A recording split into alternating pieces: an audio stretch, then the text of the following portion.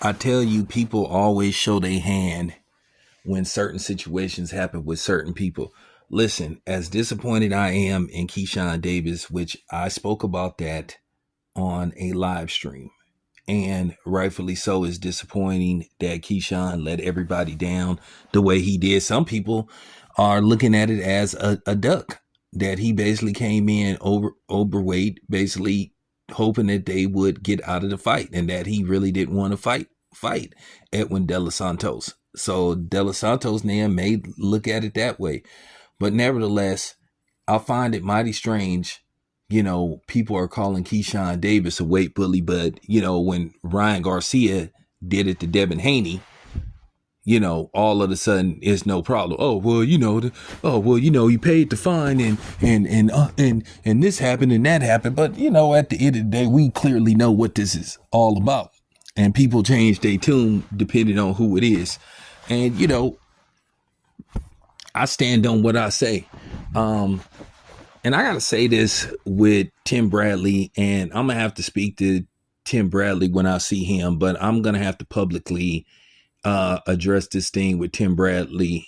Basically, this vendetta he has against the Haneys, but I don't know where this is coming from. But to me, I may have to explain what's really going on with the Haneys.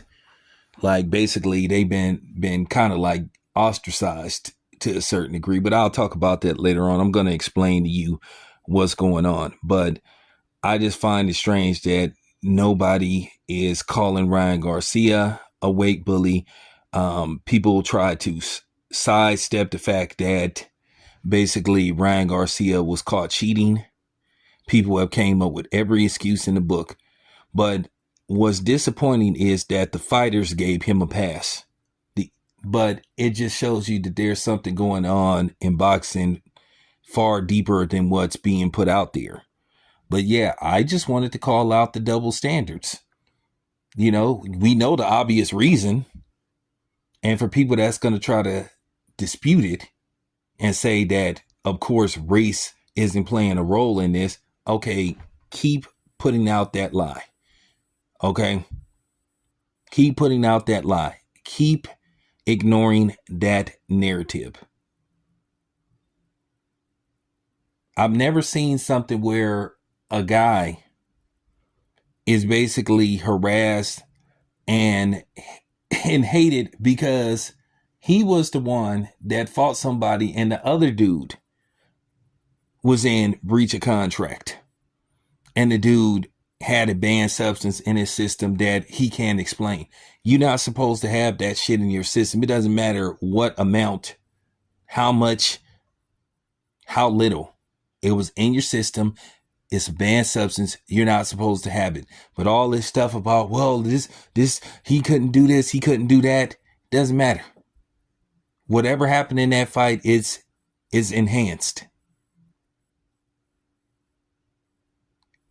And I mean, people are really trying to bypass the fact that this man tested positive for PEDs. This man intentionally did not make weight. And then you hear him behind the scenes, and this is why I say dudes like Floyd Mayweather is the ultimate house nigga. Talking about, I'm going to show T.O. how to beat Devin Haney. But you sitting up here talking about, on one hand, black people need to stick together, but you going against a black man who looked up to you and saw you as an icon and a hero, but you want to help this racist Latino that then said all kind of stuff about black people, then spoke bad on the Muslim religion. And, like I say, people just show their mental makeup, and it just goes to show you black people can't stick together worth shit. And this is why you have that terminology, niggas ain't shit, because some ain't. So there you have it. At the end of the day, it is what it is. It's your boy Town. I'm out.